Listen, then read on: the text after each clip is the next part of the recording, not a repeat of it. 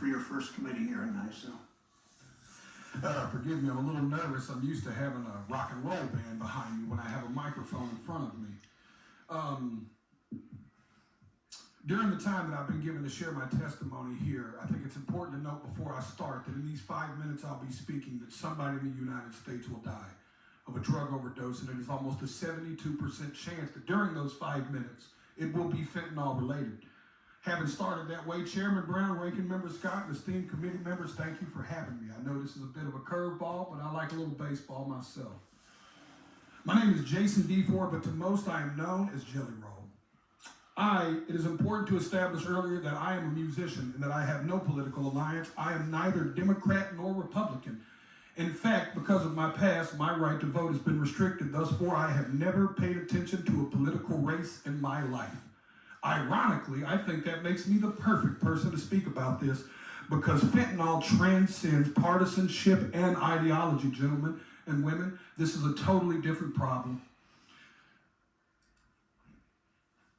And I was speaking outside to the media, and I gave them a statistic that said 190 people a day overdose and die every single day in the United States of America. That is about a 737 plane. That's what about a 737 aircraft can carry. Could you imagine the national media attention it would get if they were reporting that a plane was crashing every single day and killing 190 people? But because it's 190 drug addicts, we don't feel that way. Because America has been known to bully and shame drug addicts instead of dealing and trying to understand what the actual root of the problem is with that. But the sad news is that narrative is changing too, because the statistics say that in all likelihood, almost every person in this room has lost a friend, family member, or colleague to the disease known as addiction. I've attended more funerals than I care to share with y'all. This committee, I could sit here and cry for days about the caskets I've carried of people I've loved dearly, deeply, in my soul, good people, not just drug addicts, uncles, friends, cousins, normal people. Some people that just got in a car wreck and started taking a pain pill to manage it. One thing led to the other. How fast it spirals out of control, I don't think people truly understand. So many people. Equally, I think it's important for me to tell y'all that I'm not here to defend the use of illegal drugs.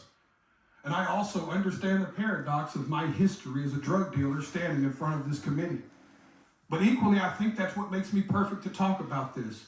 I was a part of the problem.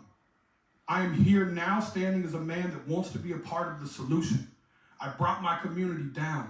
I hurt people. I was the uneducated man in the kitchen playing chemist with drugs I knew absolutely nothing about, just like these drug dealers are doing right now when they're mixing every drug on the market with fentanyl, and they're killing the people we love. I'll be honest with y'all, my desire is to only get older and only do better and be better.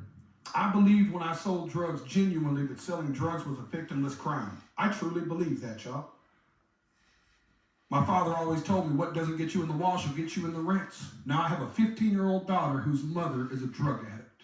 Every day I get to look in the eyes of a victim in my household of the effects of drugs. Every single day. And every single day I have to wonder, me and my wife, if today will be the day that I have to tell my daughter that her mother became a part of the national statistic. History repeats itself, gentlemen. Even in the 1990s, crack cocaine had long made its way into my middle lower class neighborhood. And at that moment, even as a teenager, you could have never convinced me in that moment that there would be a far bigger problem on the horizon in the form of a pharmaceutical drug. And then I watched opioids and Oxycontin burst onto the scene. I'm here to tell y'all that fentanyl is going to make the Sackler family look like saints. And I want to let y'all sit with that for a second. It is time for us to be proactive and not reactive. We were reactive with crack, we were reactive with opioids, and y'all are taking the first step at somebody in Senate finally being proactive. I truly believe in my heart that this bill will stop the supply and can help stop the supply of fentanyl. But in part of being proactive, gentlemen and women and ladies, I have to be frank and tell y'all that if we don't talk to the other side of Capitol Hill and stop the demand, we're going to spin our tires in the mud.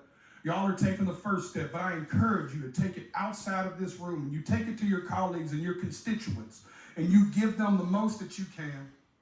I know I've got a few seconds here, and Senator Brown said I may or may not go over. All I want to say is that I not only encourage y'all to do this, I encourage y'all to take it a step further. At every concert I perform, I witness the heartbreaking impact of fentanyl. I see fans grappling with this tragedy in the form of music, that they seek solace in music and hope that their experiences won't befall others. They crave reassurance. These are the people I'm here to speak for, y'all. These people crave reassurance that their elected officials actually care more about human life than they do about ideology and partisanship. I stand here as a regular member of society. I am a stupid songwriter, y'all, but I have firsthand witnessed this in a way most people have not. I encourage y'all to not only pass this bill, but I encourage you to bring it up where it matters, at the kitchen table. Thank you for your time. Thank you, Mr. DeFord.